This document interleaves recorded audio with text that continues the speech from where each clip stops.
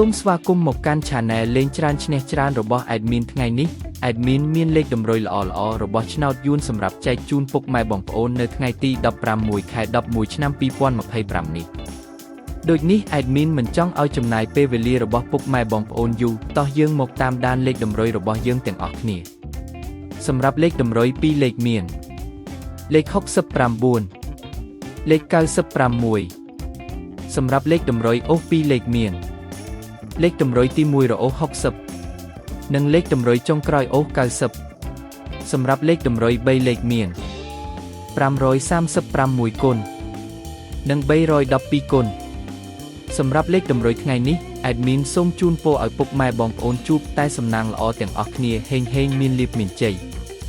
ជាចុងក្រោយសូមកុំភ្លេចជួយចុច Subscribe និង Comment ហើយដាក់សញ្ញារូបកណ្ដឹងដើម្បីជួយផ្ដល់កម្លាំងចិត្តមកកាន់ Admin ជាពិសេសងាយស្រួលតាមដានវីដេអូថ្មីនិងលេខតម្រុយល្អៗជាប្រចាំថ្ងៃជាមួយ Admin សូមគោរពលាពុកម៉ែបងប្អូនពីខ្ញុំបាទលេងច្រើនឈ្នះច្រើនសំណាងល្អទាំងអស់គ្នាសូមអរគុណ